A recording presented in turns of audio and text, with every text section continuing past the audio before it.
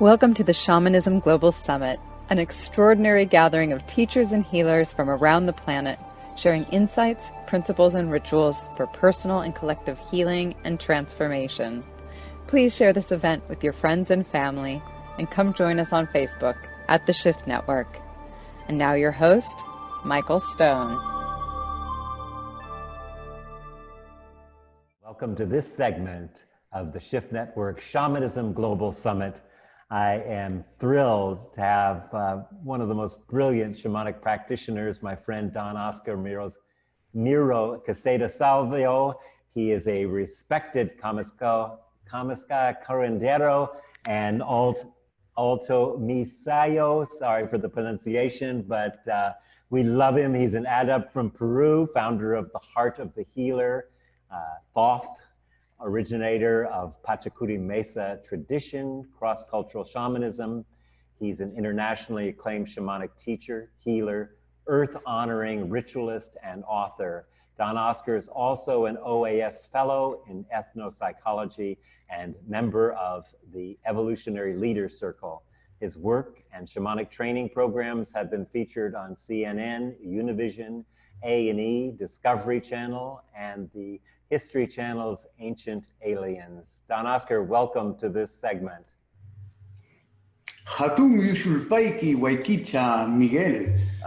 Thank you, my good brother, Michael. It's an honor and a pleasure to be again together, offering this wisdom transmission. Thank you. It is indeed. And I would love it if you would start us out with an invocation and to open the global circle here for what's possible in this part of the summit, your presentation here. Certainly, as you can tell from the title, Universal Shamanism, Gaian Evolution and the Future of Humanity, it's quite an ambitious undertaking, yet it goes beyond language, beyond words, and therefore to affirm that reality, that space, I'd like to offer a little invocation and prayer, or what we call a plegaria en oración in Quechua, with a brief translation in English. And to do so, I ask everybody who is present to place your left and right palms toward the screen. In my hand, I have a pair of effigies that are artes. They are Inca in origin and made out of meteorite, very, very hard. One is an alpaca, the other is a llama. They come from the stars and they were fashioned by human hands.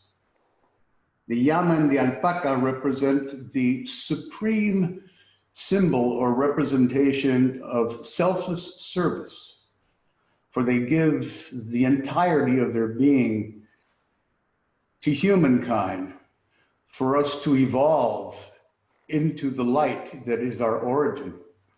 So placing both your left and right palm toward the screen, your left palm will be facing the llama and your right palm the alpaca.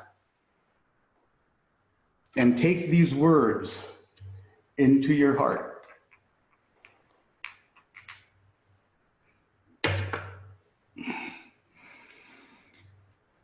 Con esta ofrenda y esta plegaria y este buen remedio fresco, enrunacini esta oración. Haili wilka hanat pachamanta saiwa, tiyayukui texemuyoh hatun kaipan. Pachamamak nyokakmi sonkoipi tupakui, kausaipi kawakui. Kausai niyoh, munay niyoh. Kanchay niyo hamuray ku ina, nyokay ku kanchay parunakuna, pachamamak churimpuna, hama ina sonko tikak, futuininta akumuy runakunak, hayli ayu runakuna at ngana teksemuyok, hampi kamayokuna, inaya.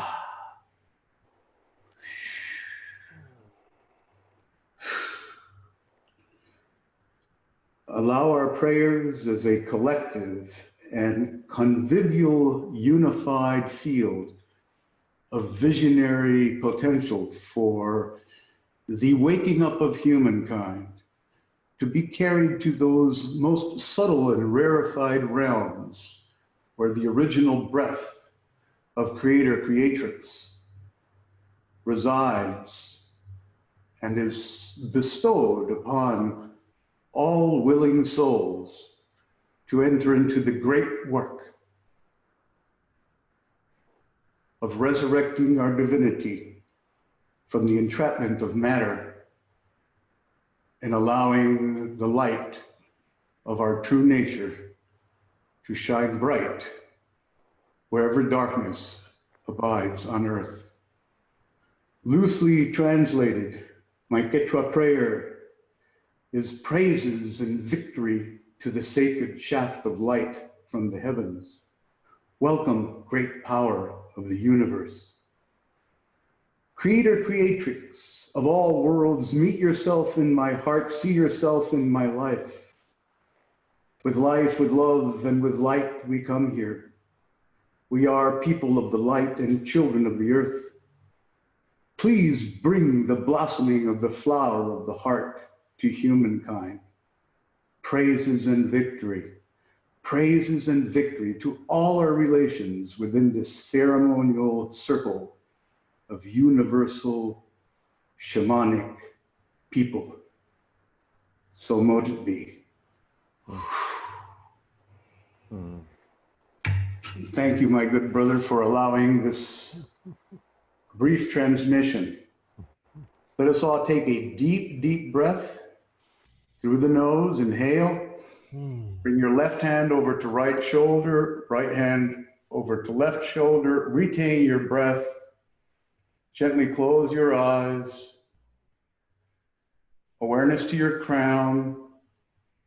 And softly exhale through the nose, anchoring your breath into your koshko, your navel, your sacred center.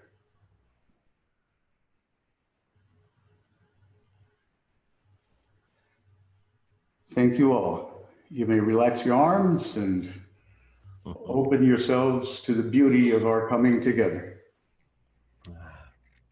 So beautiful, Don Oscar. Thank you so much. It was a beautiful, beautiful opening. And since you mentioned it, I'd like to start out with looking at the relationship between the shamanic mystery and the great work. What is the great work and what is the shamanic mystery and how are they coming together? Well,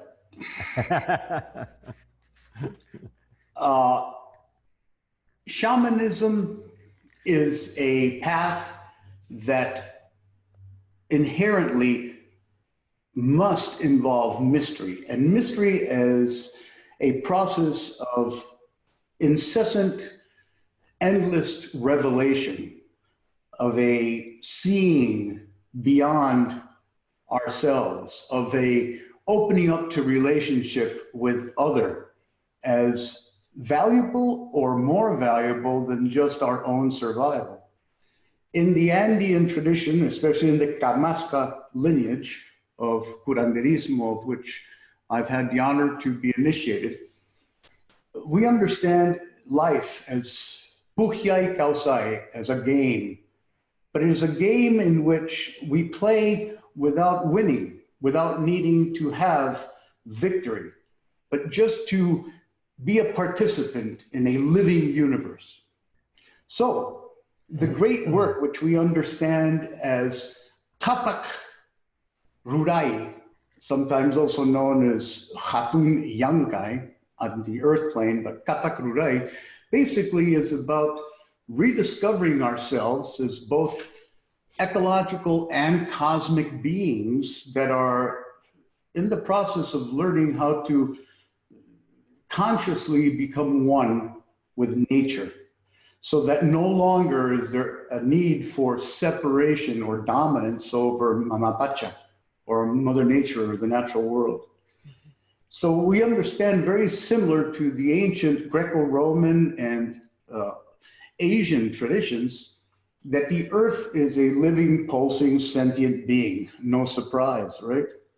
And therefore, living the mystery means remaining open and accessible to the wonderfully unpredictable nature that is the game of life. And therefore, the great work is to be consciously aware that our purpose as souls on this earth plane is to restore our divinity to the natural state that we originally embodied in times forgotten.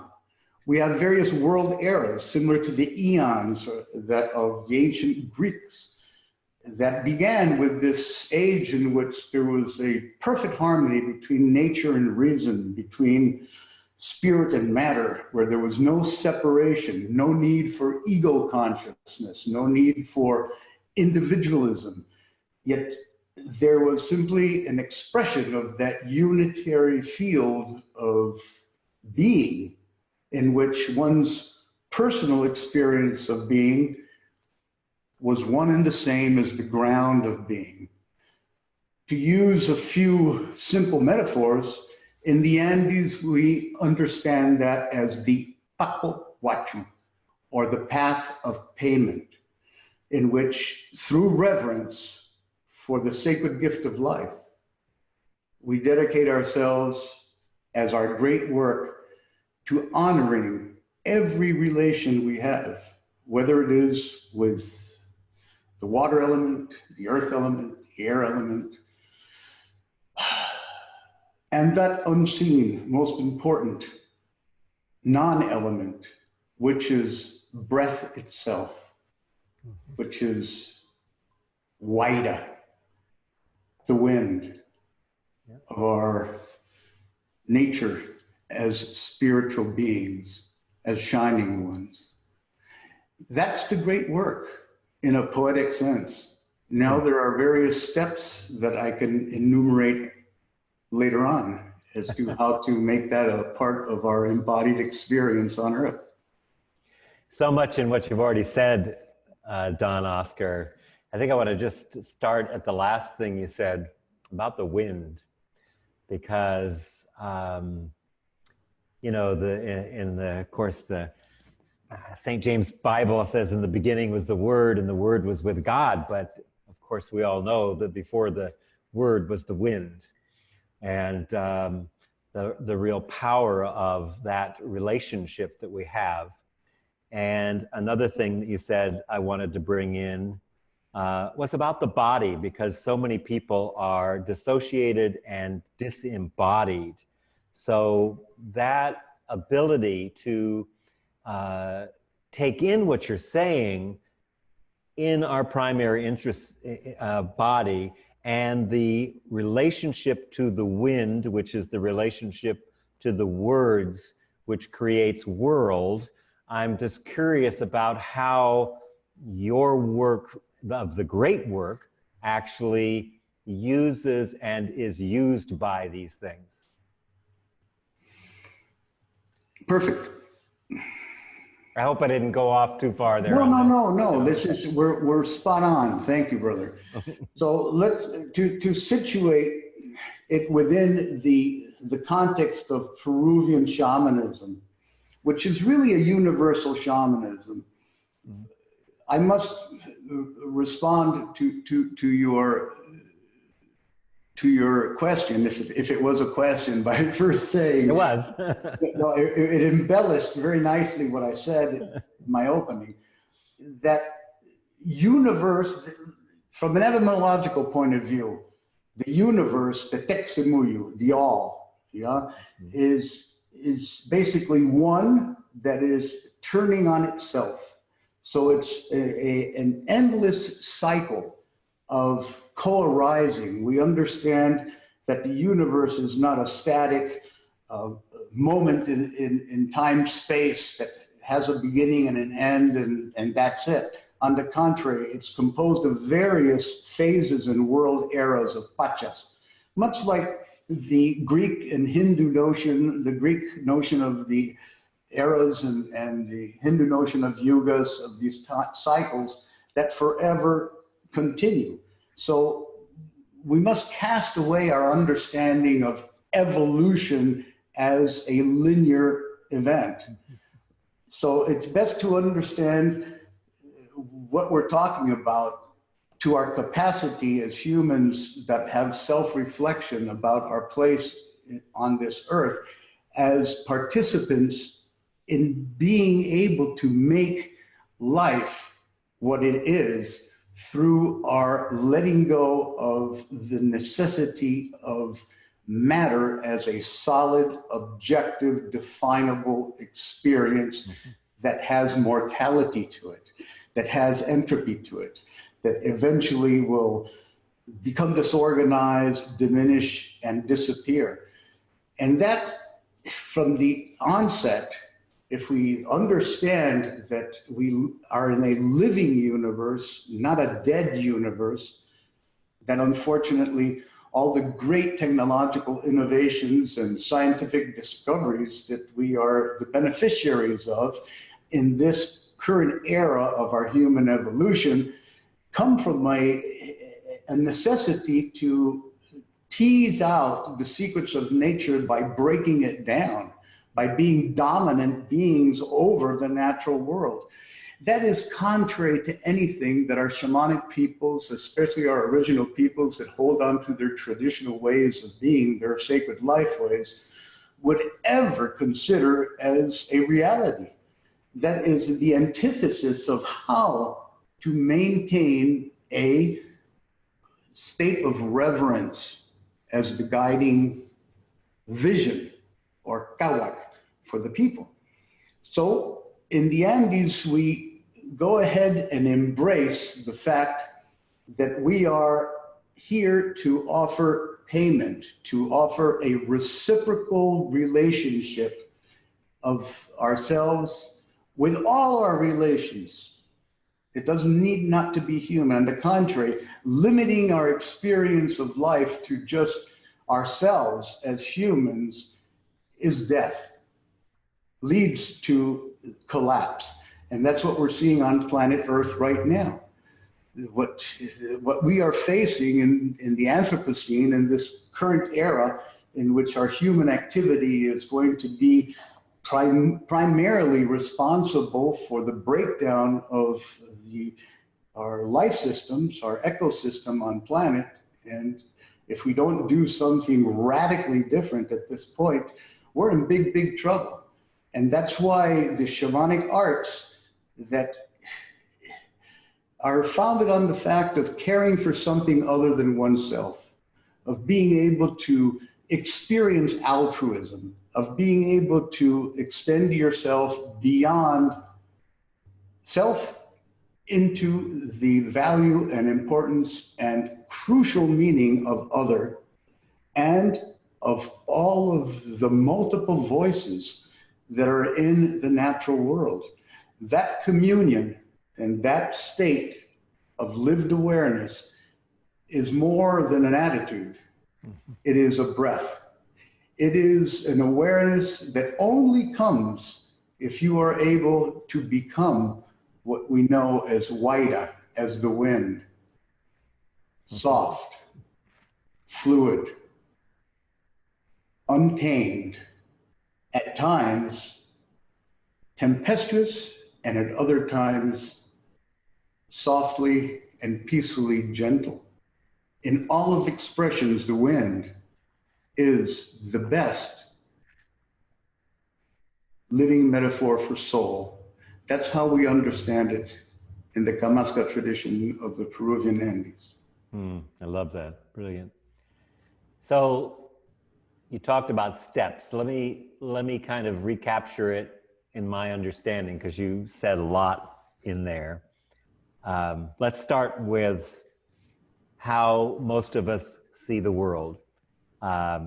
First of all, our worldview, one of the most important, I believe, unexamined assumptions is, which you mentioned, behind what you mentioned anyway, is the view of separation, that we are somehow separate from our bodies, separate from each other, separate from nature and the elements.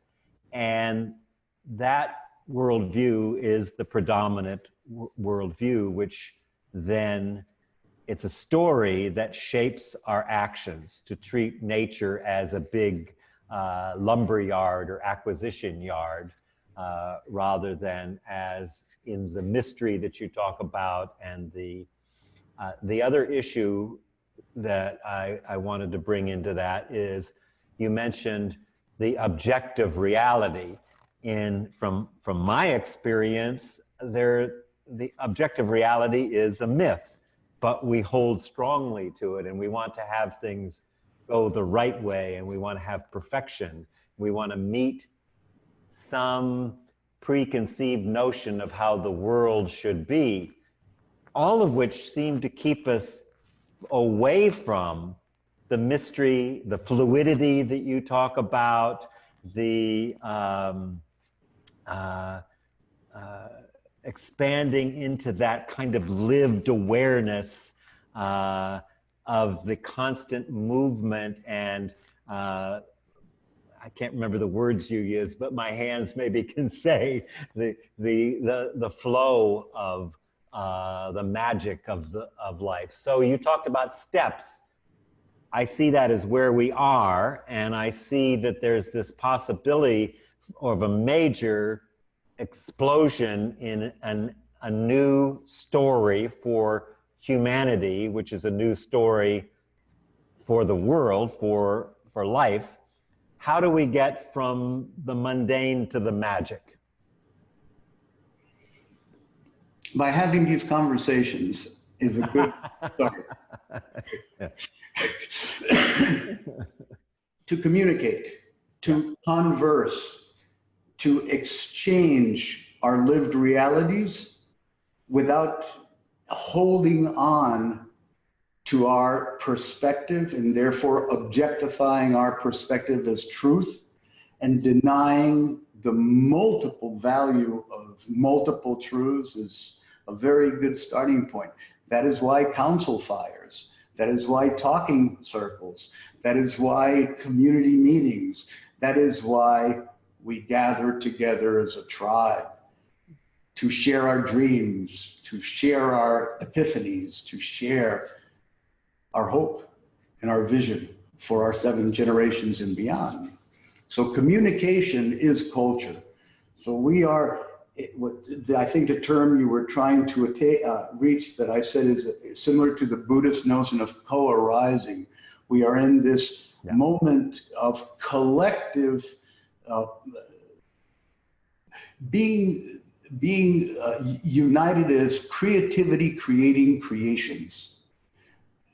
That's what the entire purpose of our gig on planet is, okay? To be creativity creating creations, just like creation as a whole. Huh? Mm-hmm.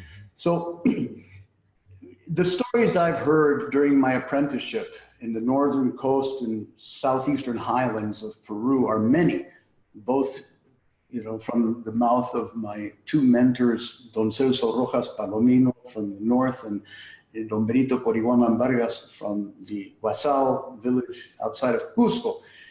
And they never read any of the chronicles that the Spanish went ahead and wrote, taking down all the original myths of creation and stories of origin of our Inca and pre-Inca ancestors. They didn't have access to that. I did. And I went with fine tooth and comb and over many of these ancient manuscripts, before the time of Google and the internet. I used to, hunker down in the dark halls of libraries and, pull off whatever I could that they had on loan and sometimes in permanent collections there. And I came across several works that are housed in the Vatican, but there were copies of that the church had suppressed. And they talk about Paititi or Paitikin, meaning this era, this golden age, this time of our original purity and harmony as beings that had no separation. And they make a specific reference to the fact of flying dreams, of how those dreams that are universal within the collective human psyche, that give you this sense of lift and lightness in which you can fly through the air, that they were not dreams, that they were a memory, that we as souls existed on this earth plane in a material form that was at a vibrational frequency subtle enough to mirror pure energy, but in the form of light. And I don't want to be reductionistic and talk about the photonic nature of human consciousness and how consciousness structures matter and how the language that we use or the word that comes from our breath really structures reality. But I already said it, so there it is. And in the Pachacuti Mesa tradition that I am honored to be a conveyor of its wisdom and practice, and I'm going to get to the steps in a minute, Michael, we have these 5 truths or lived awarenesses. The first is consciousness structures matter. Mm-hmm. That matter evolved out of consciousness. The second is that language structures reality. The words we use, the stories we tell, basically constructs or creates a possible scenario for whatever is real as a consensus that is shared among a social grouping to become rigid. And unfortunately, when too many people become enthralled or entrapped in that material relationship to what is real, it becomes the world that we see now. Yet all of this is necessary. It's part of how we grow up, just like the stages in a butterfly from the pupa and chrysalis to its magnificent freedom of flight. The third principle is ritual begets relationship or structures relationship. That is why the importance of ceremony and ritual in all of our actions, especially when it comes to shamanic peoples. The fourth awareness or lived awareness is that nature structures purpose. Observe the natural world and you'll understand your own purpose. What is your purpose? Your purpose is to go ahead and be as natural and as wild as possible. Meaning, live, die, putrefy, ferment, give birth to yourself, no attachment to the process. Do it with wild abandon and realize that human nature has a huge blessing, which is the 5 senses that are connected to a sense of self-reflection, which is a double-edged sword, because by knowing that we know, we risk buying into it at a degree where we feel separate from the all. And that's at the core of our present social cultural crisis, that we no longer feel as a participant in the co-creation of life. We've forgotten how to play that game. So the less time we spend in nature, the more encrusted we'll become or entrapped in material, in the matter, which is not bad as long as you realize that there is a sacred dimension to anything that is material. If you do not, then you become just an automaton, a robot, which many examples exist in the world, especially in organized religion.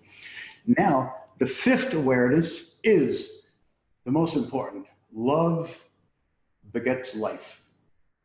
So if we look at consciousness, language, ritual, nature, love, matter, reality, relationship, purpose, life.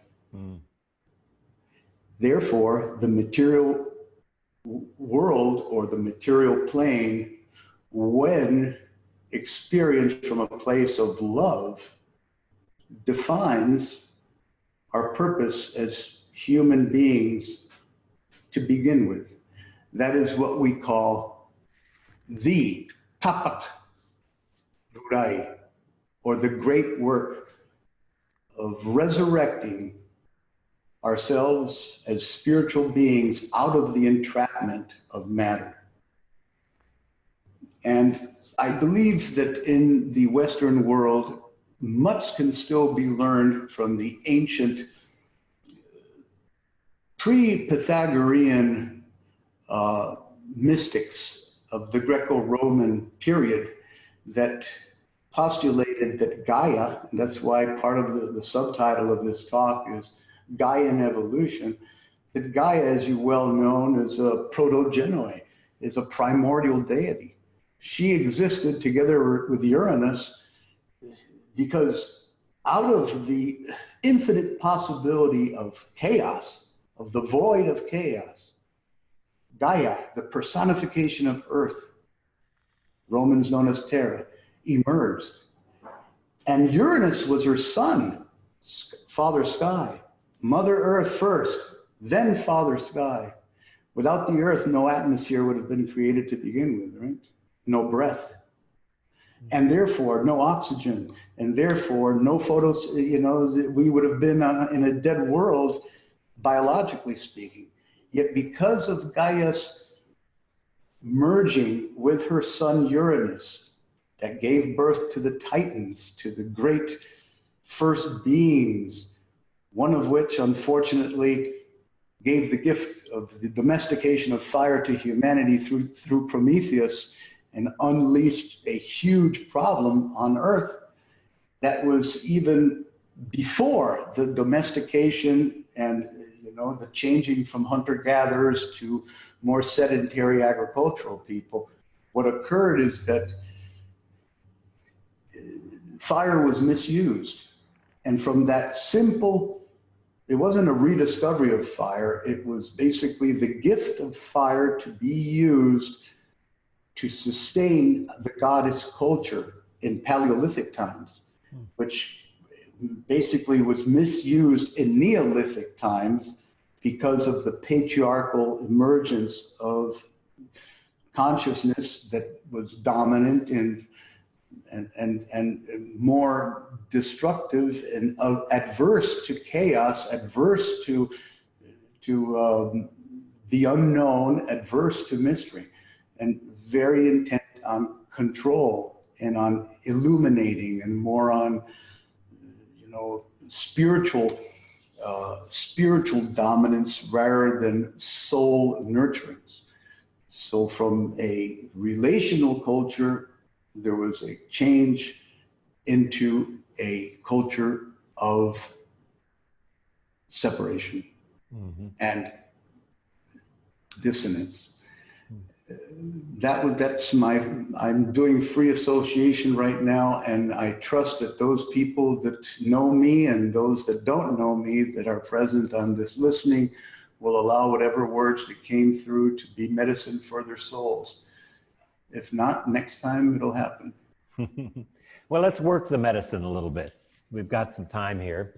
So from a shamanic practice, this pathway from the resurrection from matter for the interdependent co-arising from a conscious place.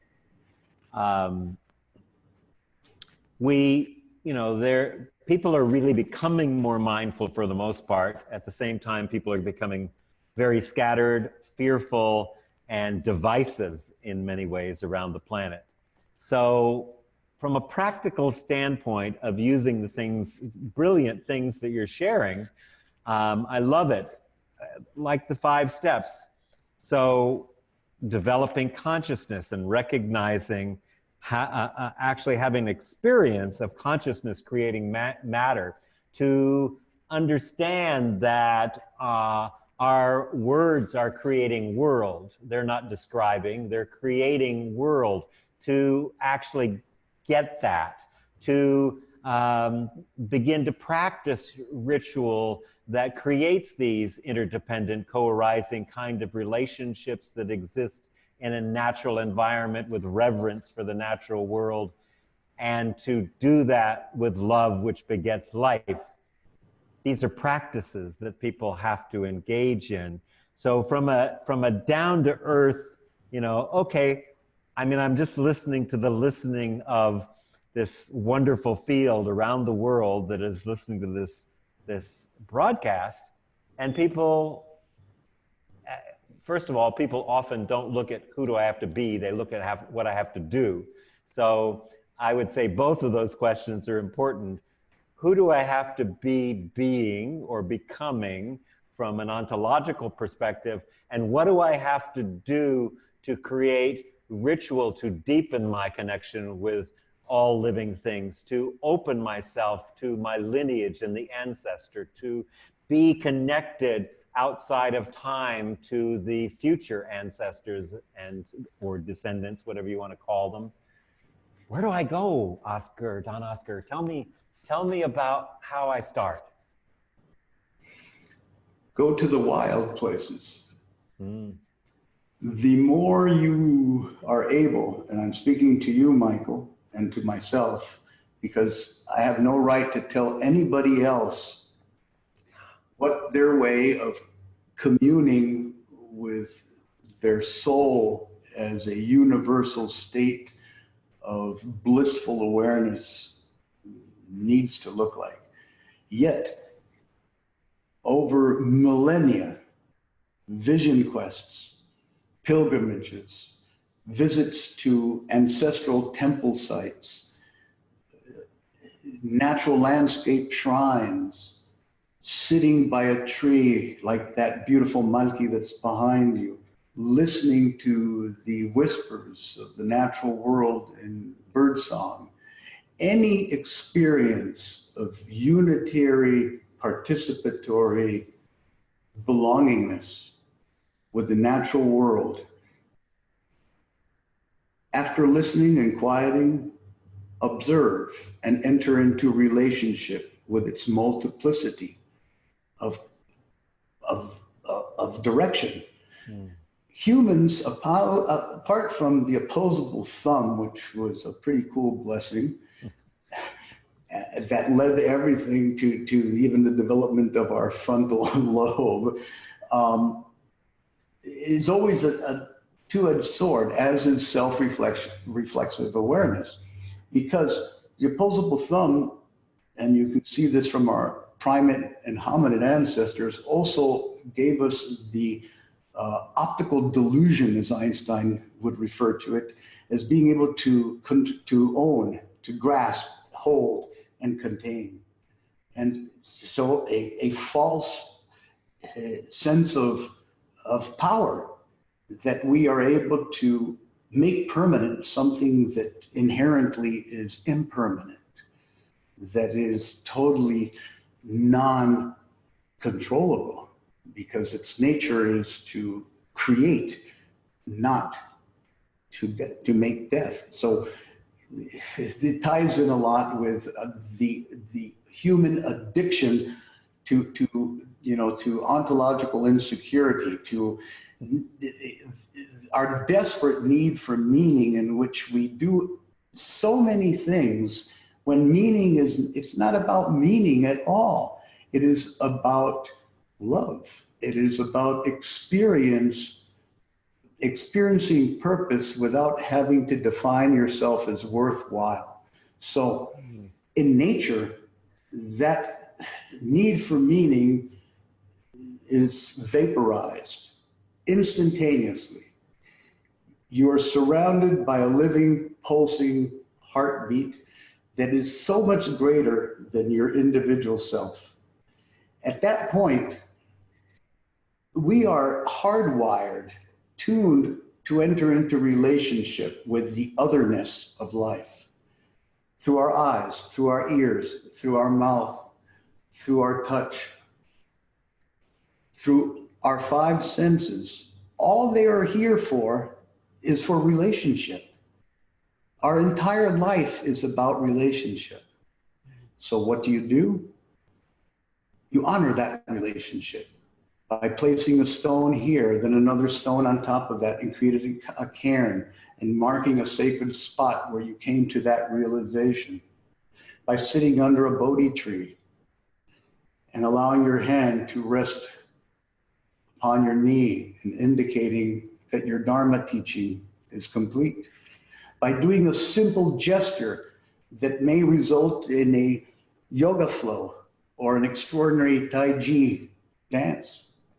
All is ritual that is emergent out of that eternal spaciousness that we understand as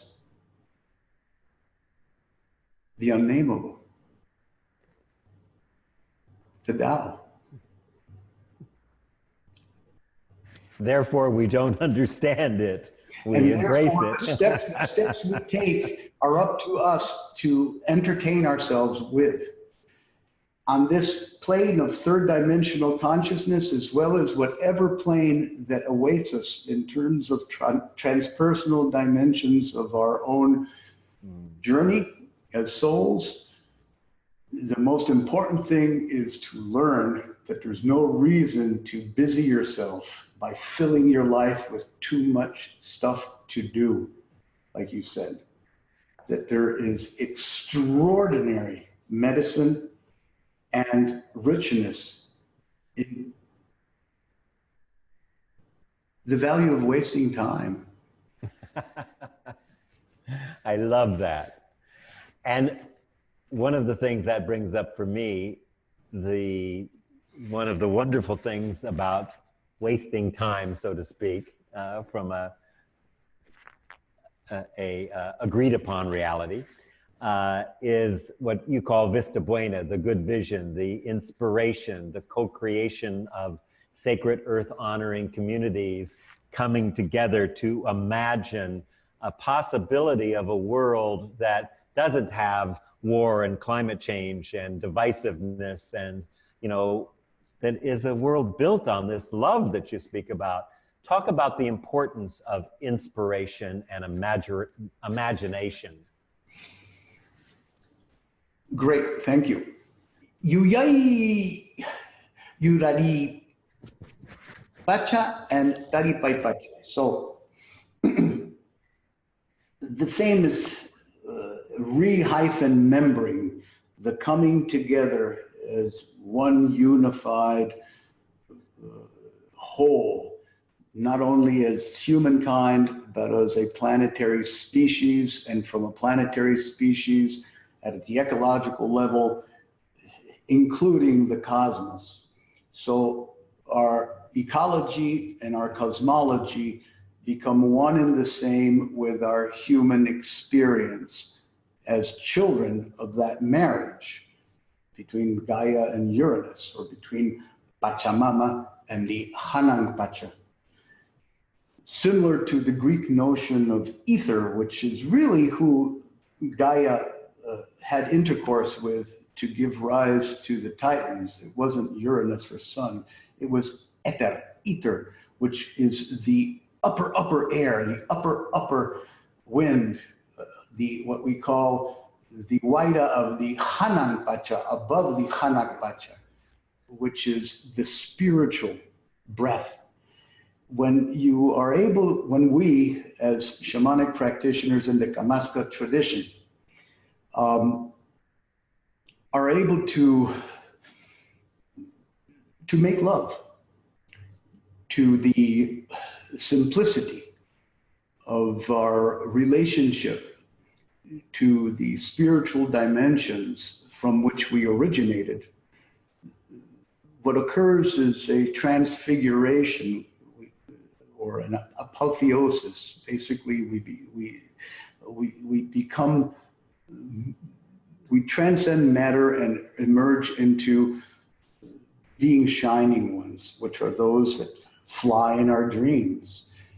And we return to our primordial origins.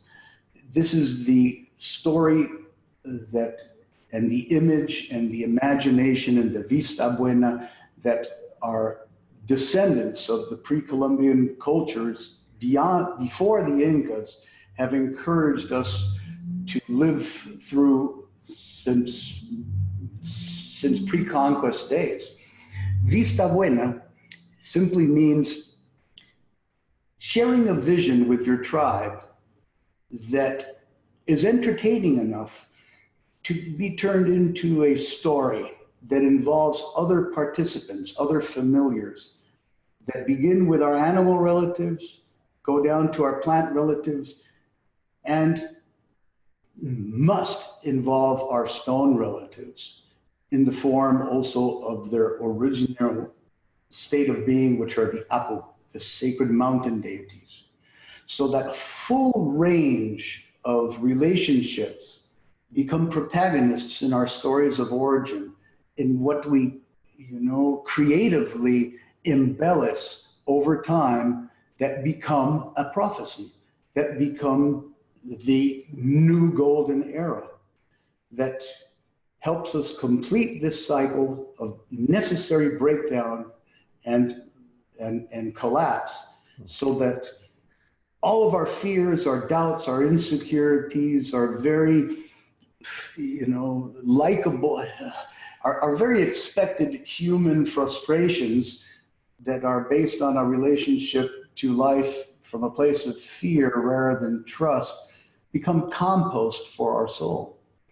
And we allow all of the pain, the suffering in the world to be embraced by opening up our hearts to that multitude of relationships with everything, and that's called compassion.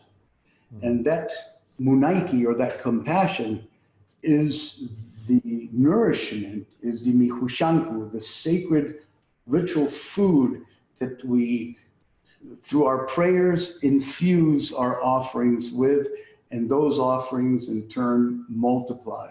So every time we tell a story, every time we share a vision, every time that vision, that vista buena, is adopted by another and enhanced and embellished and grows, it becomes what we know as the present, future, past, which is the timeless now.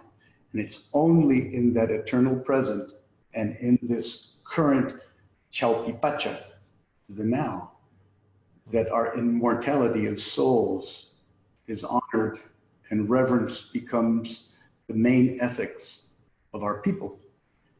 And this is what we strive to do as Pachacuti Mesa carriers on this planet. Brilliant. I love that. We're coming to the end of our time. I just want to tell people, if they want to get a hold of you, to go to www.heartofthehealer.org. And there are many offerings that Don Oscar has there. I also wanted to say to our listeners that if you want to own this whole collection for yourself, if you didn't get a chance to listen at all, or you want to share it with friends, you can go to shamanismcourse.com/upgrade. And we've got about 2 minutes left. Don Oscar, anything that we left out that you really wanted to say? I know it's hard to say something in 2 minutes, but please, whatever you would like to say to close the circle, to make sure that you feel complete about our conversation.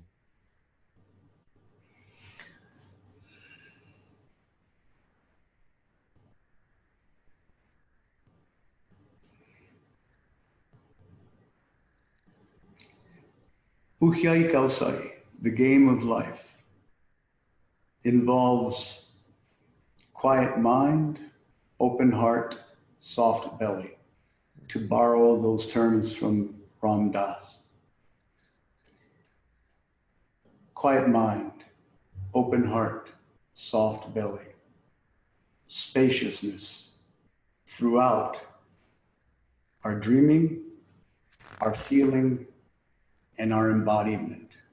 Open, unlimited spaciousness, a return to the infinitude of possibilities within the Chusai Pacha, the void, from which all beings co-arise. That is not just a Buddhist or Vedic or Taoist realization. That is a universal shamanic truth embodied and lived by the people who remember themselves as shining ones on this delectable, beautiful bardo we call Pachamama in consciousness. I wish these last words to find a place of resonant, fertile ground within your hearts, and may we dream wildly with love of nature together beyond the 7 generations. Thank you, Don Oscar. Thank you for your wisdom, and thank you for your ancestors and your lineage. We are grateful for your transmission and your being with us here today. Many blessings, my friend. Thank you so much, Michael. Adios. Adios. Thank you for joining us for the Shamanism Global Summit, brought to you by the Shift Network. For more information about joining our global community who are awakening to their divine humanity and taking inspired action, visit theshiftnetwork.com. To learn more about the entire Shamanism Global Summit collection of teachers and healers, or to add all these interviews to your personal library, visit shamanismsummit.com/upgrade.